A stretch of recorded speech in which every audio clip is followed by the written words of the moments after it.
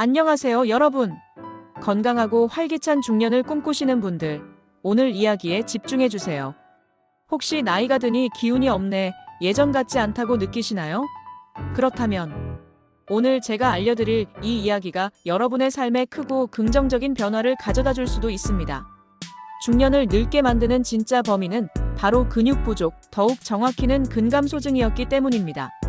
우리 몸의 핵심 엔진인 근육이 줄어들면서 발생하는 다양한 문제점들을 함께 알아보고 이를 극복할 수 있는 구체적인 방법들을 제시해드릴 예정이니 끝까지 시청해주시면 감사하겠습니다. 그럼 먼저 근감소증이 무엇인지부터 자세히 알아볼까요? 근감소증은 단순히 근육량이 줄어드는 것만을 의미하지 않습니다. 노화가 진행되면서 근육의 양뿐만 아니라 근력, 그리고 가장 중요한 근기능까지 총체적으로 감소하는 질환을 일컫습니다. 우리가 흔히 아는 골다공증처럼 뼈에서 무기질이 빠져나가 뼈가 약해지는 것과 유사하게 근육 노화로 인해 근육의 질과 기능이 전반적으로 저하되는 현상이라고 이해하시면 됩니다. 한때는 그저 나이 들면 당연히 생기는 자연스러운 현상이라고 여겨졌지만 이제는 질병으로 분류될 만큼 심각성이 크게 인식되고 있습니다. 단순히 힘이 약해지는 것을 넘어 일상생활의 균형을 잃고 낙상 위험이 커지며 만성 질환의 발생 위험까지 높이는 등 우리 삶의 질을 현저히 떨어뜨릴 수 있는 심각한 건강 문제입니다. 따라서 근감소증은 단순히 외형적인 문제가 아니라 전신 건강과 직결되는 매우 중요한 사안이라고 할 수 있습니다. 그렇다면 근감소증에 대한 최신 연구 동향은 어떨까요? 흥미롭고 희망적인 연구 결과들이 속속 발표되고 있습니다. 특히 주목할 만한 것은 한국생명공학연구원과 전남대학교 연구팀이 운동 시 근육에서 분비되는 특정 단백질인 CLCFE를 발견했다는 사실입니다. 이 연구는 운동의 긍정적인 효과를 과학적으로 뒷받침하는 매우 중요한 증거를 제시했을 뿐만 아니라 향후 노인 근감소증 치료제 개발에도 결정적인 실마리를 제공할 수 있을 것으로 평가되고 있습니다. 이는 단순히 약물에 의존하는 치료법을 넘어 우리 몸의 자연스러운 메커니즘을 이해하고 활용하는 새로운 치료 패러다임을 제시할 수 있다는 점에서 그 의미가 매우 큽니다. 이 연구 결과는 세계적으로 권위 있는 국제과학 저널인 네이처 커뮤니케이션스에도 게재되어 그 중요성을 전 세계적으로 인정받았습니다. 또한 근감소증 진단 기준에도 변화의 바람이 불고 있습니다. 과거와 현재의 진단 기준이 조금씩 다르며 아직은 명확한 통계적 추세를 파악하기는 어렵지만 분명한 것은 근감소증에 대한 인식이 높아지고 진단이 더욱 정교해지고 있다는 점입니다. 국민건강영양조사에서 근감소증 관련 데이터를 꾸준히 수집하고 있지만 현재는 근육량과 근력 외의 근기능, 예를 들어 보행속도 같은 검사가 아직 충분히 포함되지 않아 실제 유병률은 훨씬 더 높을 것으로 추정됩니다. 즉, 생각보다 훨씬 많은 분이 근감소증을 겪고 있거나 그 위험에 노출되어 있을 가능성이 있다는 의미입니다. 따라서 우리는 근감소증을 남의 일이 아닌 우리 모두의 잠재적인 건강 위협으로 인식하고 적극적으로 대비해야 할 필요가 있습니다.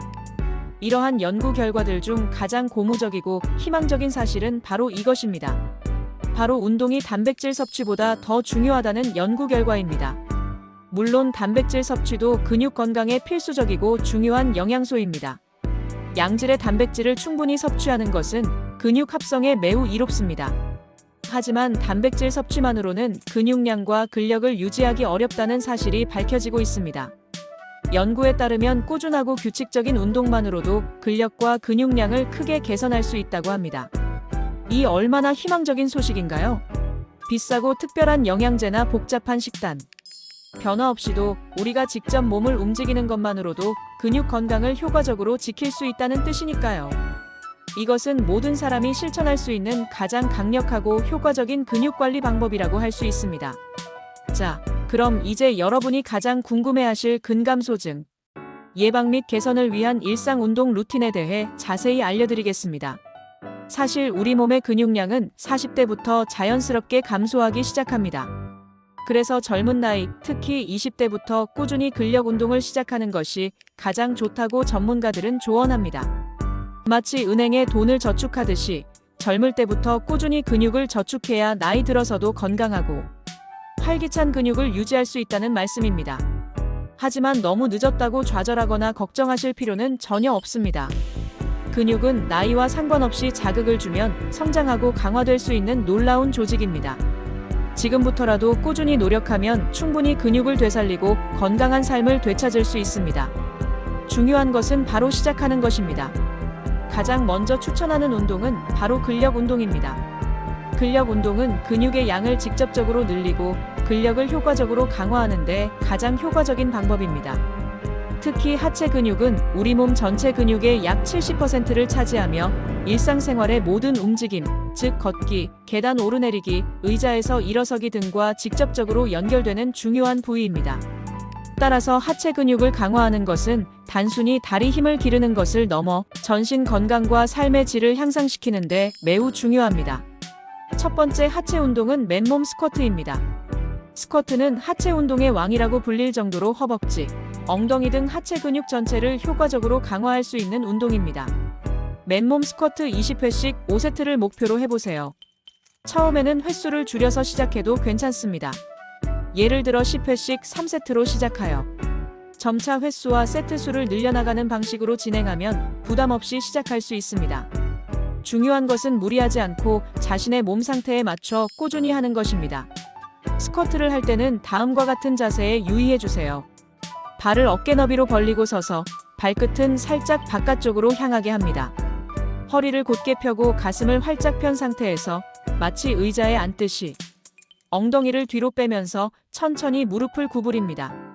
이때 무릎이 발끝보다 앞으로 나가지 않도록 주의하고 허벅지가 바닥과 평행이 될 때까지 충분히 내려가는 것이 좋습니다.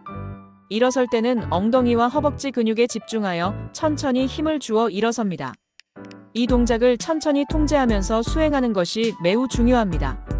급하게 서두르지 마시고 근육의 움직임을 온전히 느끼면서 정확한 자세로 해주세요. 올바른 자세는 부상을 예방하고 운동 효과를 극대화하는 데 필수적입니다. 다음으로 추천하는 운동은 바로 코어 운동입니다. 코어 근육은 우리 몸의 중심을 잡아주고 척추 건강을 유지하는 데 결정적인 역할을 합니다. 코어 근육이 튼튼하면 자세가 좋아지고 허리 통증을 예방하며 다른 근력 운동을 할 때도 안정적인 자세를 유지하는 데 큰 도움이 됩니다. 코어 운동의 대표 주자는 바로 플랭크입니다. 플랭크는 1분씩 3세트를 목표로 해보세요.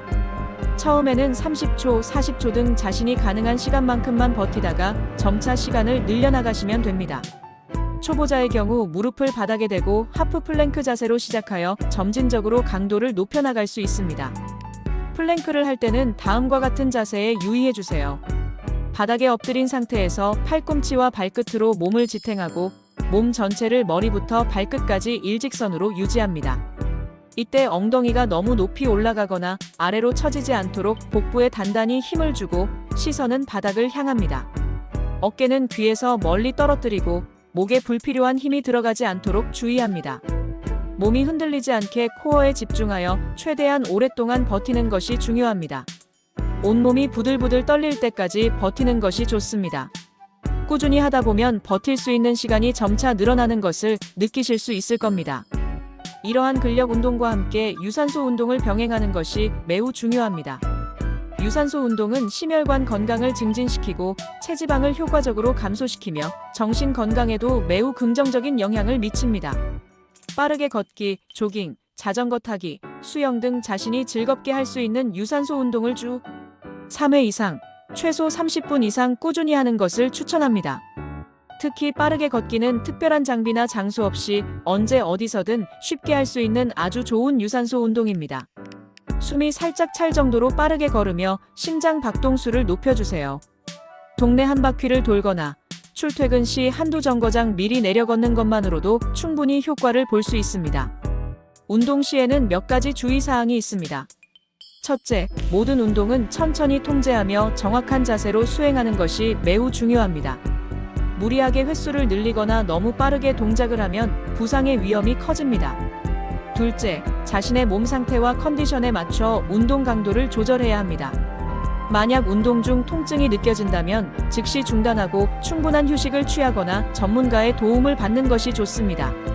셋째, 꾸준함이 가장 중요합니다. 단기간에 무리하게 하는 것보다 매일 조금씩이라도 꾸준히 하는 것이 훨씬 효과적입니다.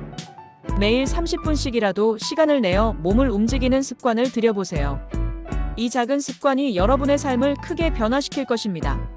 근감소증은 나이가 들면서 자연스럽게 찾아오는 변화처럼 보이지만 사실은 우리가 충분히 예방하고 개선할 수 있는 질환입니다. 우리 몸의 근육은 나이와 상관없이 적절한 자극을 주면 성장하고 강화될 수 있는 놀라운 능력을 가지고 있습니다. 오늘 제가 알려드린 간단한 근력 운동 루틴과 유산소 운동을 꾸준히 실천하신다면 분명 활기차고 건강한 중년을 넘어 노년까지도 충분히 즐기실 수 있을 것입니다.